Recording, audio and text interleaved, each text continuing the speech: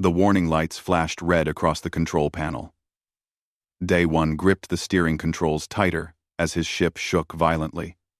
Ice crystals battered the windshield like angry fists. He was going down whether he liked it or not. Come on, come on, he muttered through gritted teeth. The ice moon below looked like a white hell. Nobody lived here anymore. The mining companies had left years ago when the deposits ran dry. Now it was just frozen wasteland and abandoned buildings. The ship hit the ground hard. Day One's head snapped forward, then back. Pain shot through his neck. He sat there for a moment, breathing hard, watching his breath fog in the air. The heating system was failing. Of course it was. Nothing could be easy today. He grabbed his thermal coat from the back of his seat and pulled it on. The coat was old and patched in 3 places, but it kept him warm. That was all that mattered. He also took his toolkit and emergency beacon. If he could fix the navigation system, he might get off this frozen rock before nightfall. Night on this moon lasted 40 hours and reached temperatures that could freeze a man solid in minutes. The wind hit him like a wall when he opened the hatch. Snow flew into his face, sharp and cutting. He could barely see 3 meters ahead. Day One pulled his hood up and climbed down the ladder. His boots crunched on the ice below. The hull damage was bad but not terrible. Some of the external sensors were torn off. That explained the navigation failure. He could fix this in an hour, maybe 2, if the cold made his fingers clumsy. Day One knelt beside the ship and opened his toolkit. He worked quickly, his fingers already going numb despite his gloves. The wind howled around him like a living thing. It was then that he heard something else. A sound that did not belong to the wind. Day One stopped working. He listened carefully. There it was again. A small, weak cry. Almost like a whimper. An animal sound. He should ignore it. He should finish the repairs and leave. This moon was dangerous, and getting more dangerous by the minute. But Day One had never been good at ignoring cries for help. His younger brother used to say it would get him killed someday. He stood up and walked toward the sound. The wind pushed against him, trying to force him back. He leaned into it and kept going. The cry came again, weaker this time. Desperate. Then he saw it. A small mound in the snow, barely visible. Something dark against all the white. Day One ran forward and dropped to his knees. He brushed away the snow with his hands. It was a creature. Small, covered in silver fur that was matted with ice. 4 legs, a long tail, and a face that looked almost cat-like but not quite. The creature's eyes were closed. Its body shook with tiny tremors. Day One did not think. He pulled off his thermal coat and wrapped the creature in it. Inside, he sealed the hatch and turned the heating system up as high as it would go. He laid the creature on his bunk and unwrapped it carefully. It was so small. Probably just a baby. Its breathing was shallow and quick. "Stay with me," Day One said softly. He had no idea if it could understand him. He grabbed his emergency medical kit and scanned the creature. The device beeped and showed him basic information. Body temperature dangerously low. Heart rate weak. He worked for the next hour. He wrapped the creature in heating blankets. He used the medical kit to inject it with something that would stabilize its heart rate. He dripped warm water into its mouth. A drop at a time. He talked to it constantly.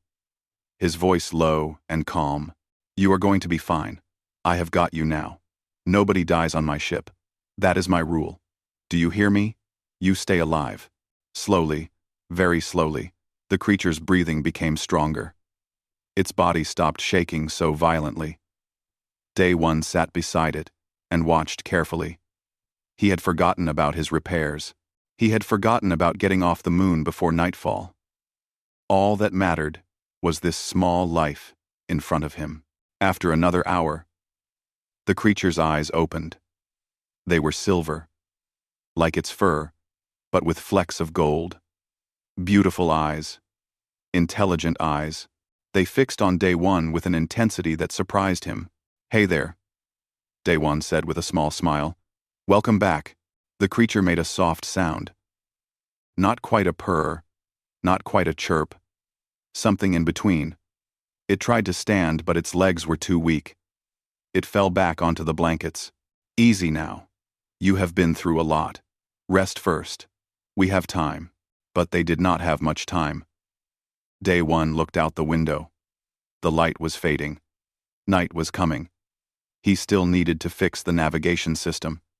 He looked back at the creature. It was watching him with those strange, beautiful eyes. I am going to call you Tae-young, Day one said. That was my little brother's name. He was stubborn too. Refused to give up. No matter what, Tae-young made that sound again. Day one chose to believe it was approval.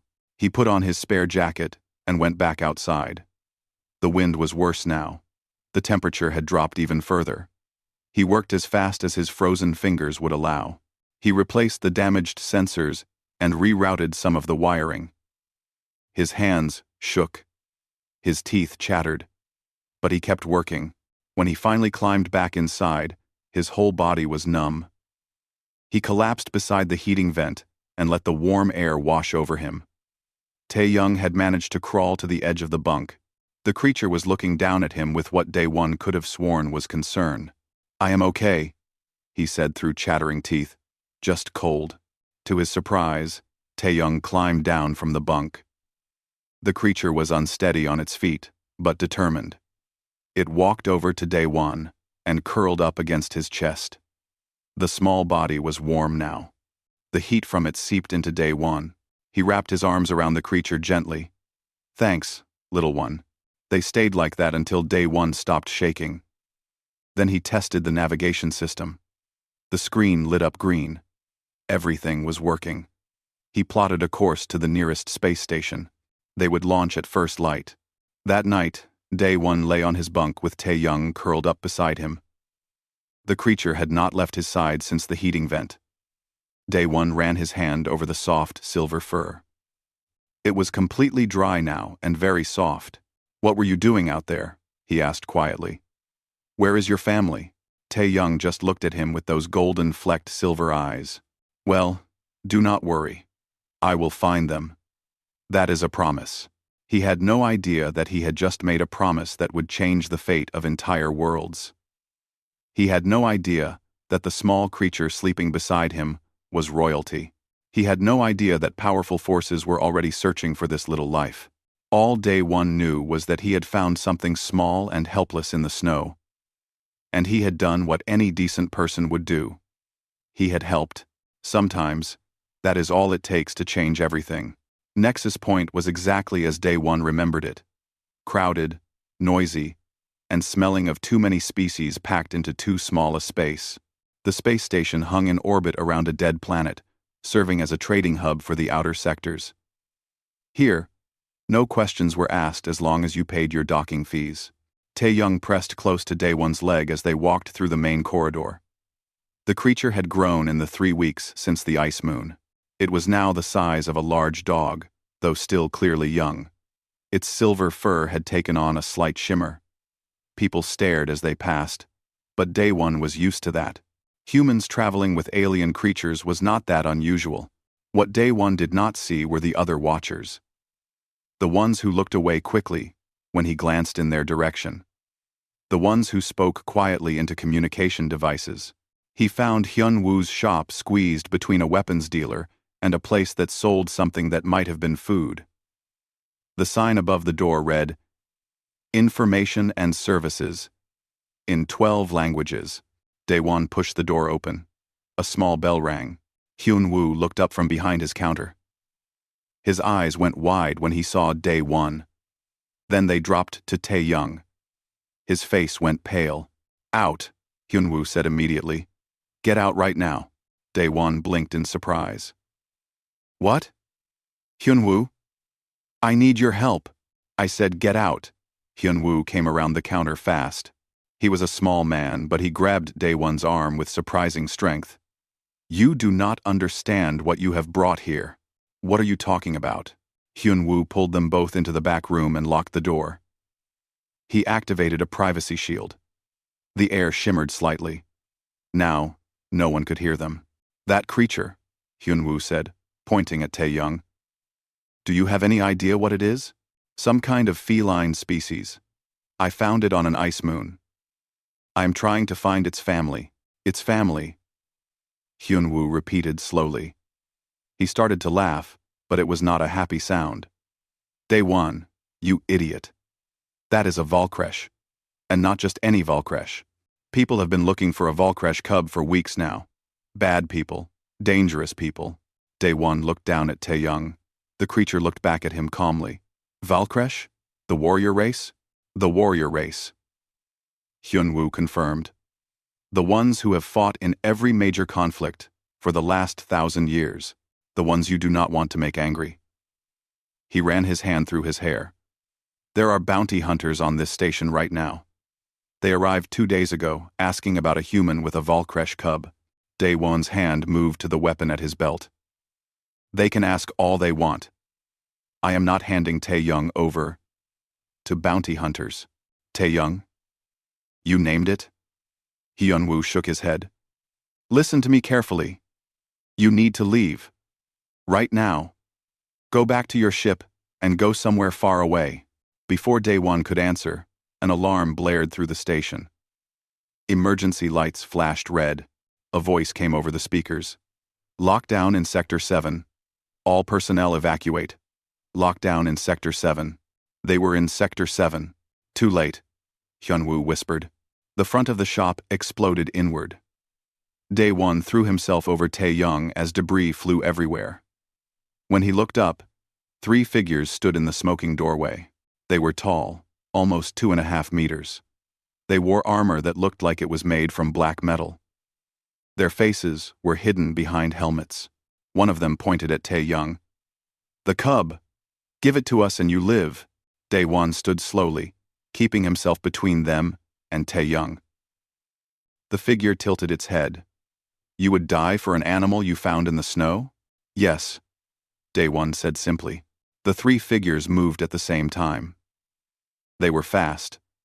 Incredibly fast. But Dae-won had spent 10 years defending colony settlements from raiders. He had learned to fight things bigger and stronger than himself. He dove to the side as the first attacker's blade cut through the air where his head had been. He came up with his weapon drawn and fired 3 shots. The energy bolts hit the attacker's chest armor and did nothing. Behind the counter, Dae-won shouted to Hyunwoo. Tae-young snarled.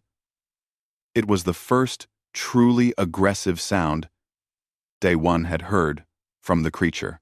The cub's silver fur stood on end, making it look twice its size. Its teeth, small but sharp, were bared. The second attacker moved toward Tae-young. The cub leaped at him, faster than Dae-won would have thought possible. Small claws raked across the attacker's arm. The figure cried out in surprise and pain. So, it has spirit, the first attacker said. Good. That will make this more satisfying. Dae-won threw a flash grenade. The room filled with blinding white light. He grabbed Tae-young with one arm and ran for the back door. Hyunwoo was already there, holding it open. They burst through into the service corridor beyond. This way. Hyunwoo led them through a maze of passages that most visitors never saw. Behind them, they could hear the attackers giving chase. Heavy footsteps on metal floors. Angry shouts. They came out into a loading bay. Ships of all sizes were docked here. Dae-won's own ship, the Morning Star, was 3 bays over. Go! Hyunwoo pushed him forward. I will try to slow them down. Hyunwoo? Go. And Dae-won? That cub is more important than you know. Keep it safe. Dae-won ran. Tae-young kept pace beside him easily. The cub's legs were longer now, built for speed. They reached the Morning Star, and Dae-won slammed his hand on the entry panel. The hatch opened with a hiss. An energy bolt hit the hull beside his head. Dae-won spun around. The 3 attackers were crossing the bay. More were coming from other directions. At least 6 now. Maybe more. He fired back, forcing them to take cover. Then he saw something that made him stop. Another figure had appeared. This one was not wearing armor. She was Valkyrie like the attackers, tall and powerful. But her fur was visible. Deep red, with black stripes. She wore clothes that marked her as someone important. She moved like water, fast and smooth. Two of the attackers went down before they even knew she was there. A third turned to face her, and she broke his arm with a single strike. "Get the cub to safety," she shouted at Daewon. Her voice was deep and strong. "I will hold them off." Daewon did not need to be told twice. He scooped up Tae-young and climbed into his ship. The hatch sealed. He threw himself into the pilot's seat and started the launch sequence. Through the window, he could see the red-furred Valkyrie fighting. She was outnumbered, but she was winning. Bodies fell around her. But more attackers were coming.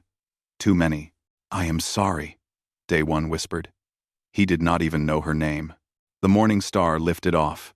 Energy bolts bounced off its shields as they rose. Then, they were in space. Accelerating hard. Daewon plotted a random course and jumped to faster than light speed. When they were safe, he looked down at Tae-young. The cub was sitting in the co-pilot's seat, watching him with those golden-flecked silver eyes. "Who are you?" Daewon asked quietly. "What are you that people would kill for you?"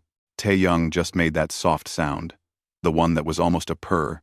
Daewon slumped in his seat. His hands were shaking. People had just tried to kill him. They had tried to take Tae-young. And that strange Valkyrie woman had saved them both.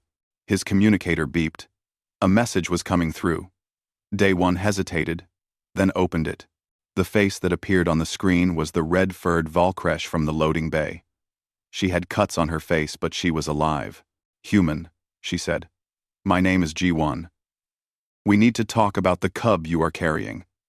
That creature is the crown prince of the Valkyrie Empire, and if you want to keep him alive, you will listen very carefully to what I have to say."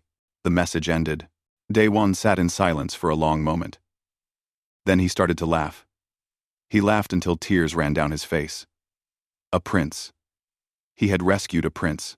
Tae-young tilted his head, confused by the human's behavior. "A prince," Daewon said, still laughing. "Of course you are. Why would you be anything else?" But his laughter died quickly. Because if Tae-young was a prince, then the people trying to kill him would not stop. They would never stop. Daewon looked at the small creature beside him, the cub who had curled up against his chest on that first night, who followed him everywhere, who trusted him completely.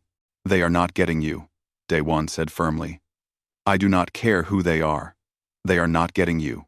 Tae-young made that purring sound again. Somehow, Daewon knew the cub understood. Daewon sat in the small cafe on Station Meridian, his hands wrapped around a cup of coffee that had gone cold an hour ago. Tae-young lay at his feet under the table, pretending to sleep but actually watching everything with half-closed eyes. The cub had gotten good at that. 3 days had passed since Nexus Point. 3 days of jumping between stations, never staying anywhere long. 3 days of looking over his shoulder, and 3 days of that message from G1 playing in his head. She had sent coordinates. A meeting place. This station. This cafe. This exact table. Daewon still was not sure if coming here was smart or stupid. Probably stupid. But he needed answers. He needed to know what was really happening. The chair across from him pulled out. Daewon's hand moved to his weapon, but he stopped when he saw who it was. Not G1. A human woman with tired eyes and gray-streaked black hair pulled back in a practical bun.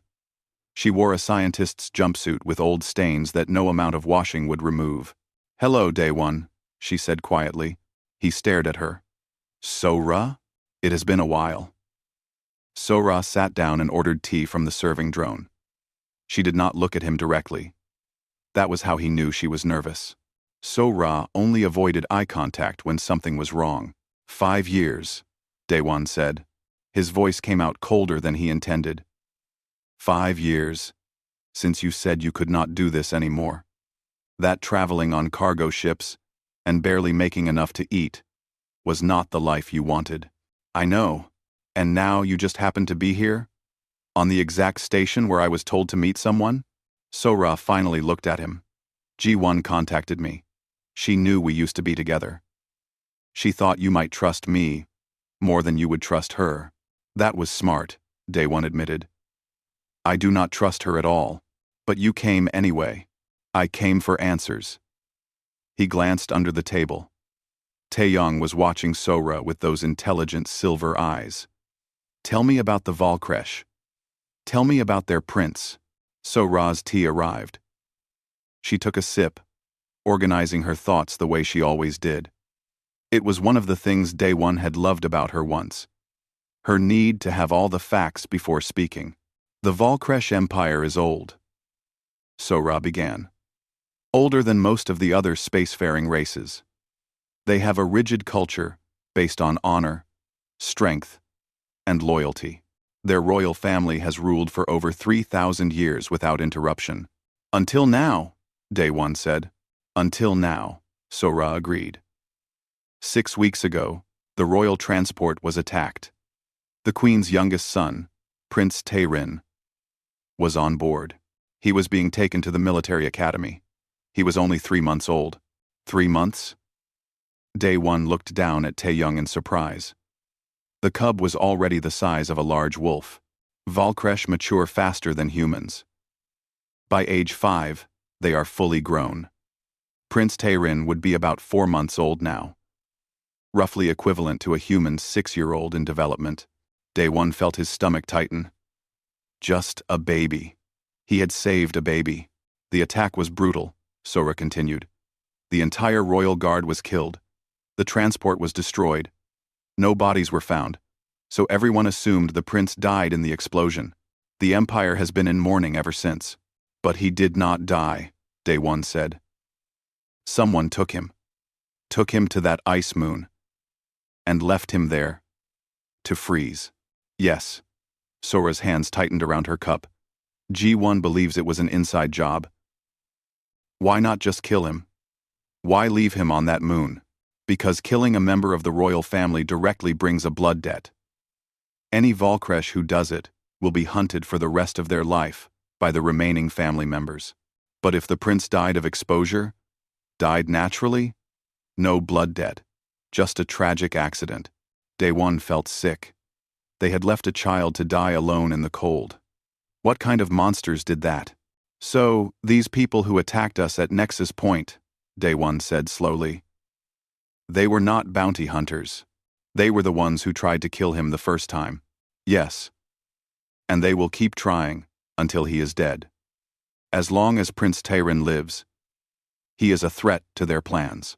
A shadow fell across their table. Both Day One and Sora looked up. G1 stood there, tall and imposing. She wore simple traveler's clothes now instead of fighting gear, but she still looked dangerous.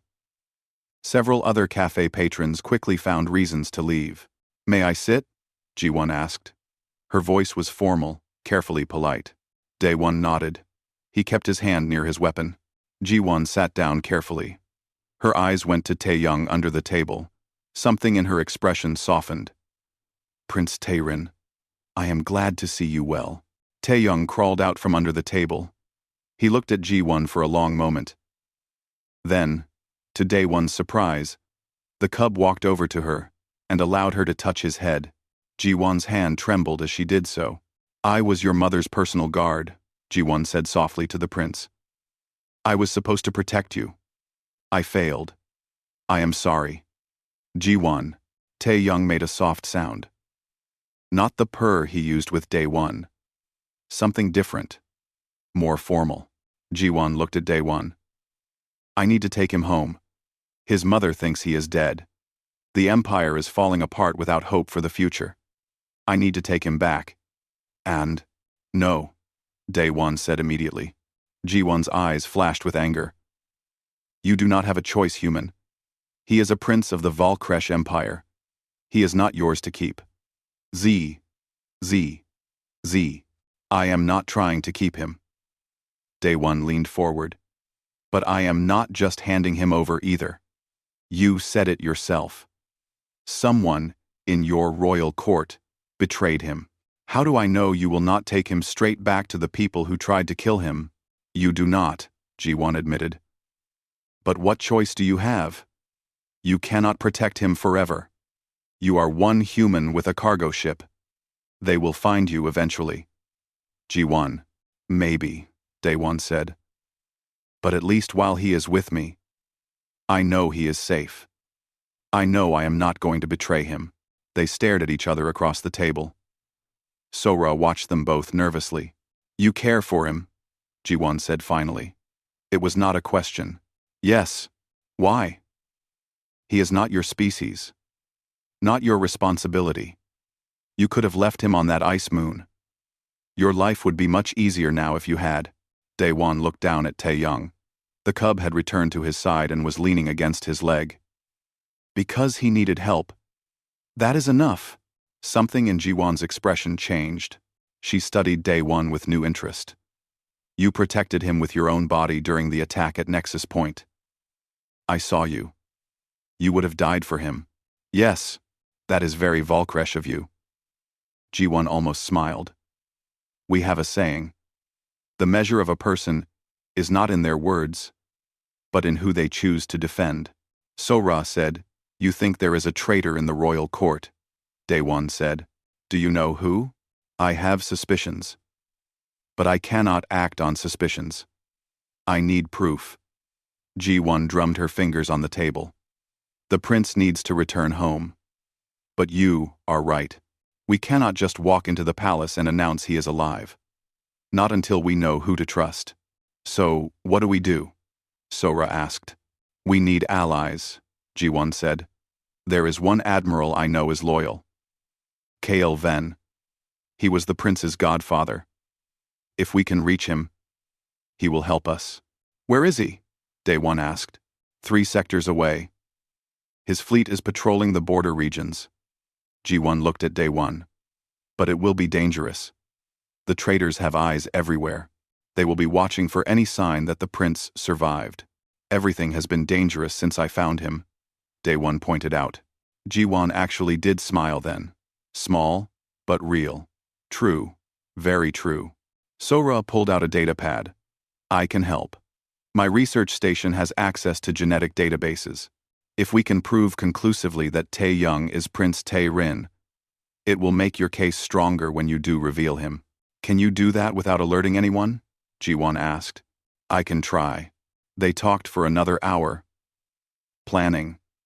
Day1 found himself starting to trust Ji-won, despite his better judgment. She was blunt and aggressive, but she clearly cared about the prince, and she had fought to protect them at Nexus Point. That counted for something. Finally, they stood to leave. Ji-won looked at Day1 one more time. You should know, she said. If you do this, if you help return the prince to his throne, your life will change. The Valkresh do not forget debts. You will always be tied to him, to the Empire. You will never be just a cargo hauler again. Day1 looked down at Taeyong. The cub looked back at him with complete trust in those silver eyes. I stopped being just a cargo hauler the moment I wrapped him in my coat, Day1 said. Let us go. Save a prince. Ji-won nodded slowly. For the first time since they met, she gave him a proper Valkresh bow, the kind reserved for equals. I misjudged you, human. I thought you were just a fool who got lucky. But I see now. You are something more dangerous than that. What is that? Day1 asked. You are someone who keeps his promises. Ji-won straightened. Come. We have a long journey ahead, and many people who will try to stop us. As they left the cafe, Taeyong walking between Day1 and Ji-won, Sora hung back for a moment. Day1, she called quietly. He turned. I am sorry, she said. For leaving. I thought I wanted safety and stability. But watching you now, you found something worth more than that. You found something worth fighting for. Day1 gave her a small smile. Yes, I did. They walked to the docking bay together. Behind them, Unseen watchers reported their location. The Morning Star was not built for passengers. But somehow, they made it work. G1 took the small storage room and converted it into sleeping quarters. Bo-Ra, the mechanic G1 had brought from her network of contacts, spent most of her time in the engine room making sure the old ship could handle the journey ahead. Day 1 stayed at the controls, and Tae-Young stayed with Day 1. They had been traveling for 5 days now, moving through the less populated regions of space. Every jump was carefully calculated to avoid common shipping lanes. Every station they passed was noted and avoided. Contact, Bo-Ra's voice crackled over the comm system. 3 ships just dropped out of faster-than-light travel. They are moving to intercept us. Day 1's hands flew over the controls. Can we jump? Not yet. The drive needs another 2 minutes to recharge. Bo-Ra sounded frustrated. I told you this old bucket was not meant for rapid jumps. Well, we do not have 2 minutes, Day 1 said. They were military grade, much faster than his cargo hauler. G1, strap in. This is going to get rough. G1 appeared in the cockpit doorway. She had been teaching Tae-Young the ancient Valkresh fighting forms. The prince was learning frighteningly fast. Can we fight them? Can we fight them? 3 against 1? Not likely. But I can try to lose them in that asteroid field ahead. You will get us all killed, G1 said flatly. Maybe. But it is better than letting them catch us for sure. Day 1 pushed the ship toward the swirling mass of rocks ahead. The asteroids here were large, some of them the size of small moons. They tumbled through space in unpredictable patterns. The 3 pursuing ships followed without hesitation. Day 1 dove into the field. Immediately, proximity alarms started screaming. A boulder the size of a building tumbled past, missing them by meters. Day 1 rolled the ship, slipped between 2 spinning rocks, and accelerated hard. 30 seconds to jump capability, Bo-Ra announced. An energy blast hit their rear shield. The ship shook. Alarms got louder. Shield at 60%. Bo-Ra said. We cannot take many more hits like that. Day 1 spotted a gap between 3 large asteroids. It was tight. Very tight. Too tight for the bigger military ships to follow. Probably too tight for him too. But he was running out of options. Hold on. He aimed for the gap and fired the thrusters. They shot through with centimeters to spare. Day 1 heard G1 grunt as the ship twisted and turned. Behind them, one of the pursuing ships tried to follow. It was too wide. It clipped an asteroid and spun off, damaged. 2 left. 10 seconds, Bo-Ra said. Another energy blast. This one hit harder. The ship lurched. Sparks flew from one of the control panels. Day 1 smelled smoke. 5 seconds. Day 1 aimed for the thickest part of the asteroid field. If they jumped now, they might hit a rock and die instantly. But if they did not jump, they would definitely die. Jump! Bo-Ra shouted. Day 1 activated the drive. The universe stretched, twisted, and snapped back. They were somewhere else, somewhere safe. For now, Day 1 slumped in his seat. His hands were shaking. He heard G1's footsteps behind him. That was impressive flying, she said quietly. That was lucky flying. Day 1 corrected. Next time, we might not be so lucky. There will be a next time, G1 agreed. They know which direction we are heading. They will have ships waiting. Bo-Ra's voice came over the comm. Speaking of next times, we have a problem. That last hit damaged the main power relay. I can fix it, but I need parts. Parts we do not have. Where is the nearest supply station? Day 1 asked. Waypoint 7. Small station, mostly automated. It is a 4-hour jump from here. Do it, Day 1 said. He looked at G1. Waypoint 7 was as small as Bo-Ra promised. Just a automated trading post anchored to a dead moon. A dozen ships were docked there, ranging from small personal craft to medium-sized traders. Bo-Ra went out to get the parts. Day 1 stayed with Tae-young in the ship. Ji-won went to gather information. She returned an hour later with a grim expression. Bad news? Day 1 asked. Admiral Kaelven's fleet was attacked 2 days ago. Heavy casualties. The admiral survived, but his flagship was badly damaged. He has retreated to the fortress station at the edge of the Valkresh home system. That is where we are going anyway. Day 1 pointed out. Yes. But the attack was not random. Someone knew the fleet's position. Someone with high-level access to military information. The traitor, Day 1 said. Ji-won nodded. They are getting desperate. Which means they know the prince is alive. They know we are coming. Tae-young had been lying on the floor, seemingly asleep. Now, he raised his head. In the past weeks, he had grown again. He was nearly adult-sized now, his silver fur thick and marked with the faint patterns of royalty. When he spoke, his voice was no longer the soft sounds of a cub. It was deeper, more controlled. Then we surprise them, Tae-young said. Both Day 1 and Ji-won stared at him. It was the first time the prince had spoken in the human language. His words were careful, slightly accented, but clear. You can talk, Day 1 said stupidly. I have been learning, Tae-young replied. He stood and walked over to them. I listen to you both. I watch. I learn. Day 1 teaches me, without knowing he teaches. Patience, kindness. Strategy that is not about strength but about thinking differently. Ji-won dropped to one knee in a formal bow. My prince, I did not know you had progressed so far, because I chose not to show it yet. Tae-young's silver eyes were sharp with intelligence. I am young, but I am not stupid. I know people want to kill me. I know my empire is in danger, so I learn. I prepare.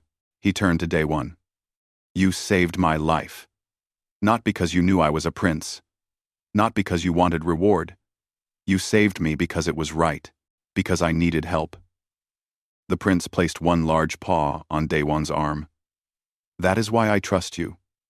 That is why I learn from you. Day 1 felt his throat tighten. Tae-young. Tae-rin, the prince corrected gently. That is my true name. But I like when you call me Tae-young. It reminds me that once, I was just a small cub, wrapped in a warm coat, and someone cared enough to save me. Bo-ra returned with the parts. She stopped short when she saw the scene. Did I interrupt something? The prince can speak now, Ji-won said. Oh, Bo-ra blinked. That is new. Well, speaking prince or not, we need to get these repairs done. We have maybe a day before more hunters find us. They worked through the night. Bo-ra handled the technical repairs. Ji-won planned their approach to the fortress station. Day 1 tried to rest, but could not. His mind kept going back to Tae-young's words. He found the prince standing in the cargo bay, looking out the small window at the stars. Cannot sleep? Day 1 asked. I am afraid, Tae-young admitted. I am supposed to be a prince. Strong. Fearless. But I am afraid of what comes next. Being afraid does not make you weak, Day 1 said. He stood beside the prince. It makes you smart. Only fools do not feel fear. Day 1, you are not afraid. I am terrified, Day 1 corrected. Every moment of every day since I found you. Afraid I will fail you. Afraid I will make the wrong choice and get you killed. But I do not let the fear stop me. That is the difference. Tae-young was quiet for a moment. In Valkresh culture, we show strength through power, through victory in battle. But you show strength differently. You show it through keeping promises even when it is hard. Through protecting others even when it costs you everything. Different species, different kinds of strength, Day 1 said. No. Tae-young looked at him. Not different. Both are needed. My people have forgotten that. We have been warriors for so long, we forgot how to be anything else. But you remind me. You show me there is another way. You are going to be a good king, Day 1 said quietly. I hope so. Because I am going to need your help. Tae Young's expression turned serious. When we reach the fortress station, there will be fighting. People will die. I need you to promise me something. What? Promise you will survive. Promise you will be there when this is over. Because I cannot do this without you. I do not want to do this without you. Daewon put his hand on the prince's shoulder. The fur was soft under his palm. I promise. They jumped to the fortress station the next day. As they came out of faster-than-light travel, they saw it. A massive structure of metal and weapons, hanging in space like a steel mountain. Admiral Kailvin's damaged fleet surrounded it. Send the identification codes, Ji-won said. Daewon transmitted the codes Ji-won had given him. For a long moment, nothing happened. Then, the comm crackled. Morning Star, this is Fortress Command. Your codes are verified. You are cleared to dock. The Admiral is waiting. That was almost too easy, Bo-ra muttered. I know, Ji-won said. She was checking her weapons. Stay alert. If the traitors knew the Admiral's position, they might know we are coming too. They docked without incident. As the hatch opened, Daewon saw a full honor guard waiting, and at their center, an ancient Valkresh with gray fur and scars covering half his face. Admiral Kailvin stepped forward. He looked at Tae Young. His eyes widened. Then, slowly, the old warrior dropped to both knees. My prince, he said, his voice breaking. We thought you were lost. Not lost, Tae Young said. Saved. Come, Godfather. We have much to discuss. And very little time. As they walked into the fortress, alarms began to sound. Red lights flashed. What is happening? Daewon demanded. A guard ran up to the Admiral. Sir, enemy fleet just dropped out of faster-than-light travel. 30 ships. They are attacking the station. Daewon and Ji-won looked at each other. The traitors had known. They had been waiting. So much for doing this the easy way, Daewon said. The fortress shook as another explosion hit its shields. Daewon gripped the railing in the command center and watched the battle displays. 30 enemy ships against Admiral Kaelvin's 12. The numbers were not good. They are focusing their fire on the docking bay, the tactical officer reported. They are trying to trap us here. Of course they are, Ji-won said grimly. They want the prince. If they destroy the station with him on it, they get what they want. Admiral Kaelvin stood tall despite his age. His gray fur was matted with sweat, but his eyes were sharp. We hold. We have held against worse odds before. Not like this, another officer said quietly. Admiral, we are losing shield strength. Another hour, and they will break through. Tae Young had been silent, watching everything. Now he stepped forward. In the harsh lights of the command center, he looked older than his few months. He looked like a king. We do not have to fight them, the prince said. Everyone turned to look at him. My prince, Admiral Kaelven asked carefully. They want me dead because I am a threat to their plans. Because as long as I live, I can claim the throne. Because I represent the old order they want to destroy. Tae Young's voice was steady. So we change the game. We broadcast my survival to the entire empire. Right now. Before they can stop us. That is dangerous. Ji-won said. If people know you are alive but we cannot prove it, the traitors can claim it is a fake. They can turn this into more chaos. So we prove it. Tae Young looked at Daewon. You said humans believe in showing, not just telling. So I will show them. I will address the empire. I will let them see me, and I will name the traitors in front of everyone. You know who they are? Admiral Kaelven asked sharply. I have been listening. Watching. Learning. Tae Young's expression hardened. The attack patterns. The timing. The resources needed to field a fleet this size. There are only 3 members of the High Council with that kind of power and wealth. And I know which one hated my father enough to try to kill his son. Lord Ventar. Admiral Kael'ven said quietly. I suspected, but could never prove. Then let us prove it now. Taeyong looked around the command center. Broadcast my message to every Valkresh world, every ship, every outpost. Let everyone see. My prince, if you do this and fail, G1 began.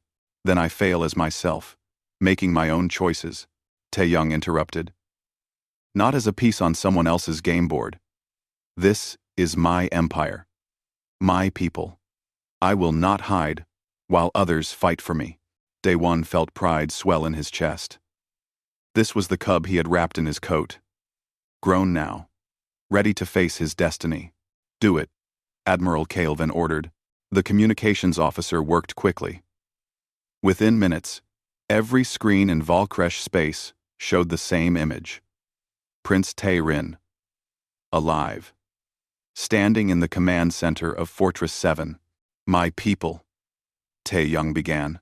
His voice was young but strong. I am Prince Taerin. I was thought dead, but I survived. And I am here to tell you the truth about what happened. He told them everything. The attack on his transport, being left to die on the ice moon, the rebels who wanted to overthrow the monarchy. And finally, he named Lord Ventar as the one behind it all. Lord Ventar believed that by killing me, he could plunge the empire into chaos, that he could seize power in the confusion. He is attacking this station right now because I am here, because I threaten his plans. Taeyong paused. His silver eyes seemed to look through the camera at every person watching. But I did not survive alone. A human found me dying in the snow. He did not know I was a prince. He did not know who I was or what I could give him. He saved me because it was the right thing to do. Because seeing someone in need, he chose to help. The camera turned slightly to show Daewon standing nearby. Daewon wished he could disappear. Millions of Valkresh were watching him right now. This human, Taeyong continued, taught me something our people have forgotten. That true strength is not just in fighting. It is in choosing to protect the weak, in showing mercy, in keeping promises, even when it costs us everything. Another explosion rocked the fortress. Closer this time. Lord Ventar wants power. But power without honor is nothing. Without compassion, without wisdom, a ruler is just a tyrant. I am young. I am untested. But I promise you this. If you support me, if you help me reclaim my throne, I will lead us into a new era. An era where strength and wisdom go together. Where we honor not just warriors, but all who make our empire great. The camera turned back to the tactical display. Everyone could see the rebel fleet, still, attacking.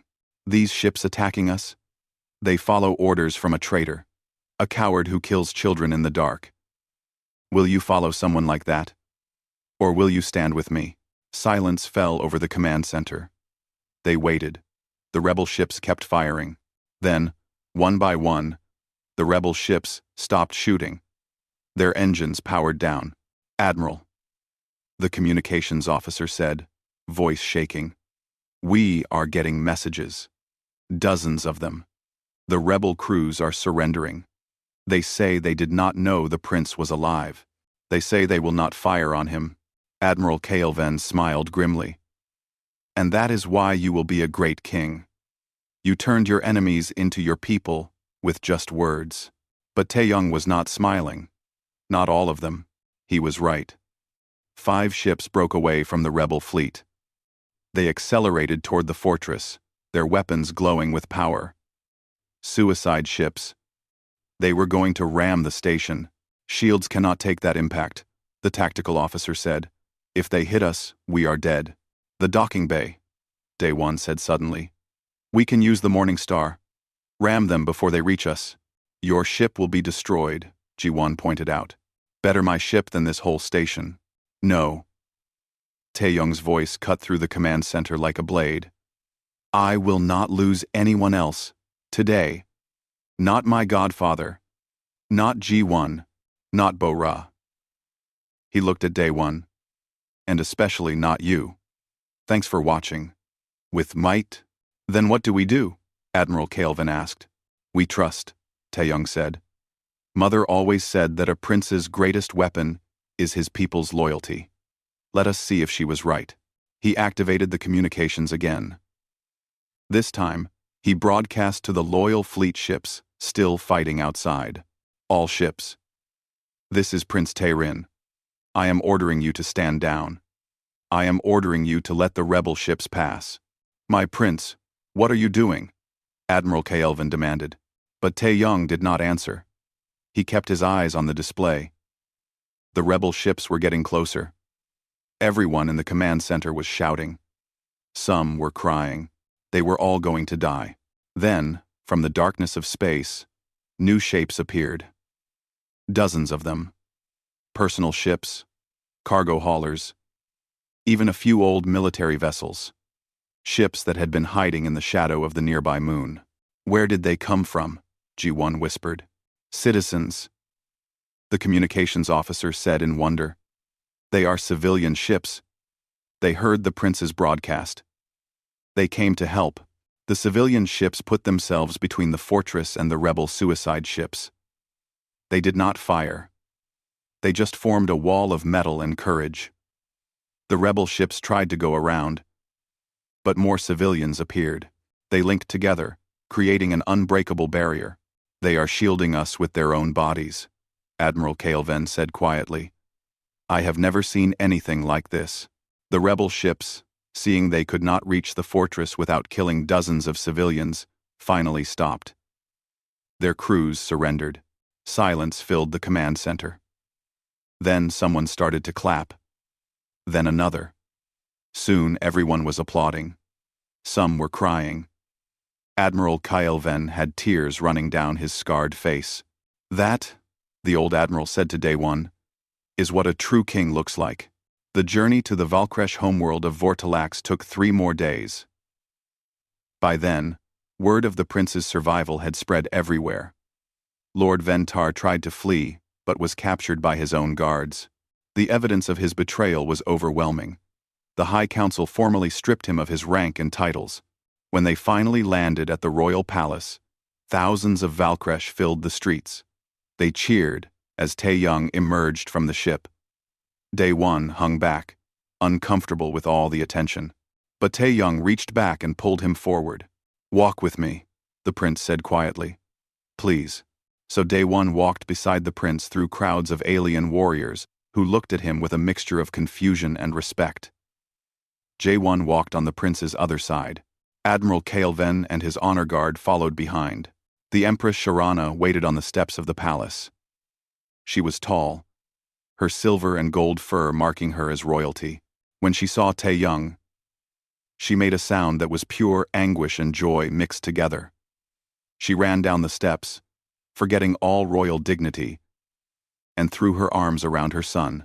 I thought you were dead, she sobbed. I thought I had lost you forever. I almost was, Taeyong said softly. But someone found me. Someone saved me. Mother, this is Daewon, the human I told you about. The Empress looked at Daewon. He tried not to fidget under her intense gaze. Then, to his shock, she bowed to him. The Empress of the entire Valkresh Empire bowed to a cargo hauler. You gave me back my son, she said. There is no way I can repay that debt. But I will try. For the rest of my life. Farmer. Former. Armor. I do not need payment, Daewon said awkwardly. I just did what anyone would do. That is where you are wrong, the Empress said gently. Most would have left him to die. But you did not. That makes you special. The coronation took place a week later. It was a mixture of old traditions and new ideas. Taeyong insisted on it. He swore the ancient oaths of protection and service. But he also added new words.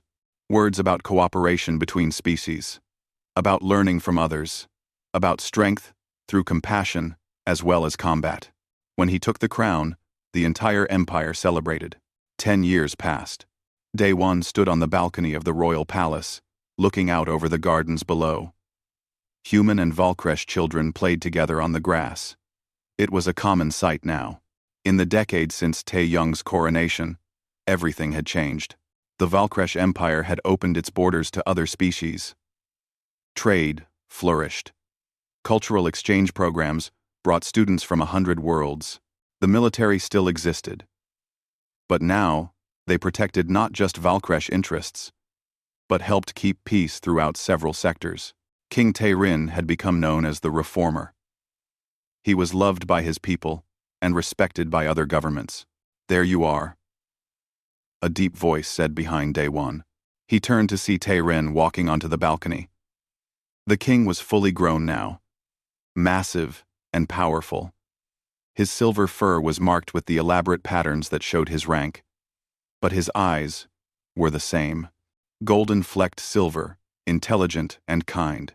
"Your Majesty," Daewon said with a slight bow. "Stop that," Taerin said with a laugh. "How many times do I have to tell you? We do not use titles when it is just us. Old habits."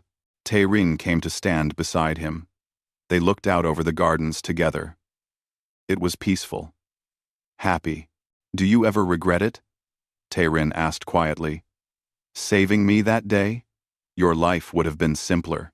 "Simpler does not mean better," Daewon replied. "Besides, someone had to teach you. Humans are not so bad. You did more than that. You taught me what kind of king I wanted to be." Taerin placed one large paw on Daewon's shoulder. "I owe you everything. You owe me nothing. We are friends. That is enough." They stood in comfortable silence. Below, the children's laughter drifted up to them. "I'm getting married," Taerin said suddenly. "What? To who?" "Ji-won." The king looked embarrassed. "We have been growing close over the years. She understands me, makes me laugh, challenges me to be better." "That is wonderful," Daewon said sincerely. "I am happy for you. I want you to stand with me at the ceremony. As my closest advisor, my friend, my father friend." Daewon felt his eyes sting. "It would be my honor." "Good." Taerin looked out at the gardens again. "Do you remember that old coat? The one you wrapped me in?" Taerin. Taerin. Taerin. Taerin. Taerin. Taerin. Taerin. Taerin. Taerin. "The one you wrapped me in? I still have it. Somewhere in storage. I want to bring it out, display it in the throne room, with an inscription. Something about how small acts of kindness can change the fate of empires. That might be a bit dramatic." "No," Taerin said seriously. "It is the truth. One human saw a creature dying in the snow and chose to help. That choice saved a prince, saved an empire, changed the course of history. That is not dramatic. That is just what happened." A messenger appeared in the doorway. "Your Majesty, the council is ready for you." Taerin sighed. "Always something. Walk with me?" "Of course." As they walked through the palace halls, servants and nobles bowed to the king. But many of them also nodded respectfully to Daewon. He was known throughout the empire now. The human who saved the king. The honored guardian. "By the way," Taerin said as they reached the council chamber, "I am making that coat thing official. The inscription will read, 'Compassion knows no species.' What do you think?" Daewon smiled. "I think that is perfect." "Good. Because I already had it made." Taerin grinned at him. "See you at dinner? Would not miss it." Daewon watched the king enter the council chamber. Through the open doors, he could see the high council stand and bow as their king took his seat. A king who ruled with wisdom and strength, who honored traditions while embracing change, who had learned that the strongest person is the one who protects others, not the one who dominates them. And it all started with a shivering cub wrapped in an old coat. Daewon turned and walked back toward his quarters. He had reports to read and meetings to attend. The life of a royal advisor was busy, But as he walked, he smiled. Because sometimes, the universe gave you exactly what you needed, even if you did not know you needed it. He had gone to that ice moon as a cargo hauler trying to survive. He had left it as something much more important. A friend, a guardian, a father friend to a future king. And that, Day One thought, was worth more than all the stars in the galaxy.